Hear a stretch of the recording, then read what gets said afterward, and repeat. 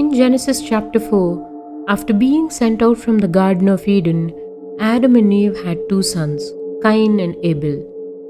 Cain became a farmer and Abel a shepherd.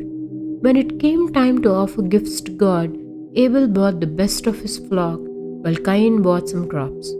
God accepted Abel's offering but not Cain's, which made Cain angry and jealous. God warned him to control his emotions, but Cain did not listen. One day he lured Abel out into the field and killed him. God confronted Cain, asking where is his brother.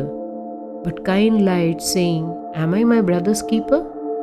God, knowing what happened, punished Cain by making him a wanderer on the earth. But he also showed mercy by marking Cain so no one would kill him. Cain left and settled in a land called Nod, east of Eden. There he built a city and had children.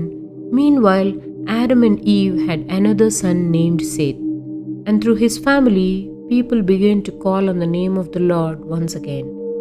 Genesis chapter 4 reminds us of the dangers of jealousy, the importance of giving from the heart, and how even in punishment God shows mercy.